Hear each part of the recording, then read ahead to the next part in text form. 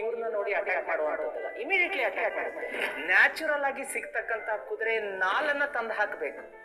ಯಾಕೆ? ಆ ಕುದುರೆ ಸಾವಿರಾರು ಕಿಲೋಮೀಟರ್ ಓಡಿರುತ್ತೆ, ಅದರಲ್ಲಿ ಒಂದು ಎನರ್ಜಿ ಇರುತ್ತೆ, ಅದನ್ನ ತಂದು ಹೊಸ್ತಿಲನೆ ಮೇಲೆ ಹಾಕಿದಾಗೆ ನಮ್ಮ ಜೀವನದಲ್ಲೂ ಓಟ ಸ್ಟಾರ್ಟ್ ಆಗುತ್ತೆ. ಆಂಟರ್ಪ್ರಿನರ್ ಆಗಿದ್ರೆ ನೀವೊಂದು ಏನು ಶೋರೂಮ್ ಏನಾರು ಓಪನ್ ಮಾಡ್ತಿದ್ರೆ ಸೌತ್ ಫೇಸಿಂಗ್ ಇದ್ರೆ ಪರವಾಗಿಲ್ಲ, ವ್ಯಾಪಾರಕ್ಕೆ ದಕ್ಷಿಣ ದಿಕ್ಕು ಶುಭ ಲಾಭವಾಗಿ ಬರುತ್ತೆ.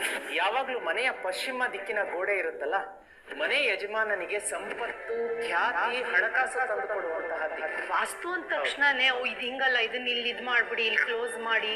ಅದು ಪಾಪ ಮನೆ ಕಟ್ಟಿರೋರ್ಗೆ ಆಲ್ರೆಡಿ ಸಾಲದಲ್ಲಿ ಇರ್ತಾರೆ, ಅದ್ರ ಮೇಲೆ ಇನ್ನೂ ರಿಪೇರಿ ಮಾಡಿ ಅಂದ್ರೆ ಅವ್ರಿಗೆ ಇನ್ನೂ ಆತಂಕ ಆಗುತ್ತೆ. ಅದ್ ಹೆಂಗೆ ಸೋಮವಾರದ ದಿನ ಮೊಸರು ಹಚ್ಕೊಂಡು ಅಥವಾ ಮೊಸರು ಹಾಕಿ ಸ್ನಾನ ಮಾಡಿದ್ರೆ ಸಾಲ ತೀರುತ್ತೆ? ಆ ಹಣಕಾಸನ್ನ ಎಳೆಯುವಂತಹ ಚಕ್ರ ವೀಕ್ ಆದಾಗ ನಮಗೆ ಅಲ್ಲಿ ಬ್ಲಾಕೇಜಸ್ ಕಂಡು ಬರುತ್ತೆ, ಹಣಕಾಸಿನ ಬ್ಲಾಕೇಜಸ್, ಸಾಲ ತೀರುತ್ತೆ. ಅದನ್ನ ಕ್ಲೀನ್ ಮಾಡುವಂತ ಯಾವ್ದು? ಮೊಸರು, ಬಿಳಿ ಪದಾರ್ಥ. ತುಪ್ಪದಿಂದ ಏನ್ ಪ್ರಯೋಜನ? ತುಪ್ಪ ಲಕ್ಷ್ಮಿ ಆಕರ್ಷಣೆ.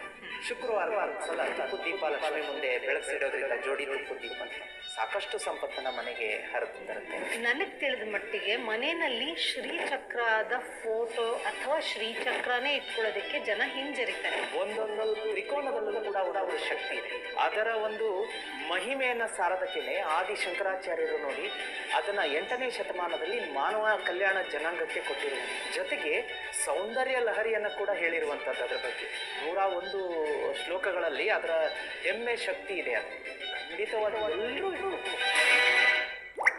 ಕುಕು originals the Shalini show presented by ಗುರು.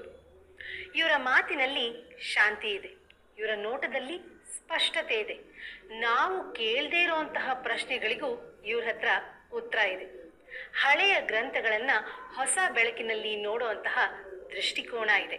ಜೀವನದ ಸಂಕಷ್ಟಗಳಿಗೆ ಸುಲಭವಾಗಿ ಸರಳವಾಗಿ ಪರಿಹಾರ ಕೊಡೋದೇ ಇವರ ಶೈಲಿಯಾಗಿದೆ. ಇವ್ರ ಹತ್ರ ಮಾತಾಡ್ತಾ ಇದ್ರೆ ಮನಸ್ಸು ನಿಶ್ಶಬ್ದವಾಗುತ್ತೆ, ಇವರ ಸಾಲುಗಳು ಮಂತ್ರವಾಗ್ತಾ ಹೋಗುತ್ತೆ. ಇವತ್ತಿನ ನಮ್ಮ ಗೆಸ್ಟ್ನ ವೆಲ್ಕಮ್ ಮಾಡ್ಕೊಳ್ಳೋಣ. ಸುಧೇಂದ್ರ ದೇಶಪಾಂಡೆ ಗುರುಜಿ. ನಮಸ್ಕಾರ ಗುರುಜಿ. ನಮಸ್ಕಾರ. ಓಂ ನಮೋ ಭಗವತೆ ವಾಸುದೇವಾಯ. ಲಕ್ಷ್ಮೀ ಸಮೇತ ಶ್ರೀಮನ್ನಾರಾಯಣರ ದಿವ್ಯಪಾದ ಚರಣಕಮಲಗಳಿಗೆ ಅನಂತ ಕೋಟಿ ವಂದನೆ. ನೀವು ಬಂದು ತುಂಬಾನೇ ಖುಷಿ ಇದೆ. ನಿಮ್ಮನ್ನ ಸಾಕಷ್ಟು ವಿಷಯಗಳ ಬಗ್ಗೆ ಸಾಕಷ್ಟು ಪ್ರಶ್ನೆಗಳನ್ನ ಕೇಳಬೇಕು ಅನ್ನೋ ಆಸೆ ಕೂಡ ಇದೆ. ಅದ್ರ ಪ್ರಕಾರನೇ ಎಲ್ಲ ರೆಡಿ ಆಗಿದ್ದೀನಿ. ಎಷ್ಟು ಮಟ್ಟಿಗೆ ನಿಮ್ಮ ಈ ಜ್ಞಾನನ ನಾನು ಇವತ್ತು ಗ್ರಹಿಸ್ಬೋದು ಅಂತ ನಾನು ನೋಡಬೇಕು, ಪ್ರಯತ್ನ ಪಡ್ತೀನಿ. ಯೂಶಲಿ ಯಾರಾದರೂ ಈ ಥರ ವಿದ್ಯೆಗಳನ್ನ ಕಲಿತಾಗ ಯಾವ್ದಾದ್ರು ಒಂದು ವಿದ್ಯೆ ಕಲಿತಾರೆ, ಒಂದು ಜ್ಯೋತಿಷ್ಯ ಅಥವಾ ಅಧ್ಯಾತ್ಮ